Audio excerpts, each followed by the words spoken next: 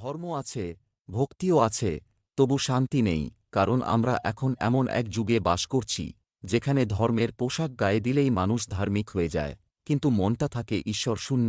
আগে একজন মানুষের ঈমান বোঝা যেত তার আচরণে, আর এখন দাড়ি, তিলক, জপমালা এইসব দেখে ভক্ত চিনতে হয়, কিন্তু ভেতরে আছে কেমন লোভ, হিংসা আর অহংকার, তা আমরা ভুলেই যাই।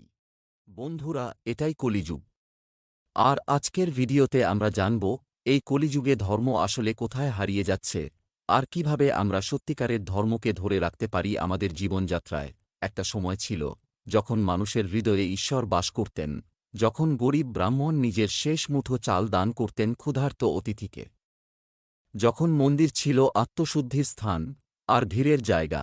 কিন্তু আজ মন্দিরেও বিজ্ঞাপন, ভক্তির মাঝেও রাজনীতি, আর ধর্মের নামে চলে ক্ষমতার খেলা। পুরাণ বলে কলিযুগে ধর্ম থাকবে কেবল মুখে, হৃদয়ে নয়। ভক্ত থাকবে, কিন্তু ভক্তির অর্থ হারাবে। সাধু থাকবে, কিন্তু তাদের বেশেই লুকাবে অসাধু। কলিযুগে 4টি স্তম্ভের মধ্যে 3টি ধ্বংস হয়ে গেছে, তপস্যা, সত্য আর দয়া। শুধু একটা বাকি, নামস্মরণ, আর সেটাও এখন অনেক সময় লোক দেখানো হয়ে দাঁড়িয়েছে। আমরা এখন এমন এক যুগে বাস করছি যেখানে ধর্ম মানে হয়ে দাঁড়িয়েছে আইডেন্টিটি, কিন্তু নয় ইনার ট্রাথ। যেখানে ধর্মের নাম করে বিভাজন, বিদ্বেষ আর হিংসা ছড়ানো হয়, যেখানে মানুষ নিজেকে ধার্মিক প্রমাণ করতে চায় অন্যকে ছোট করে। কিন্তু প্রকৃত ধর্ম কি তাই? না। ধর্ম মানে আত্মশুদ্ধি, সহানুভূতি, ক্ষমা আর ভগবানের প্রতি নির্ভেজাল প্রেম। ভক্তি মানে শুধু ঘণ্টার শব্দ নয়, ভক্তি মানে অন্যের কষ্টে কাঁদা, নিজের ভুল স্বীকার করে শুধরে নেওয়া। কলিযুগে সত্যিকারের ধার্মিক সেই যে নিজের হৃদয়ে ঈশ্বর রাখে, যে লোক দেখানো ধর্ম নয়, অন্তরের পথ ধরে চলে।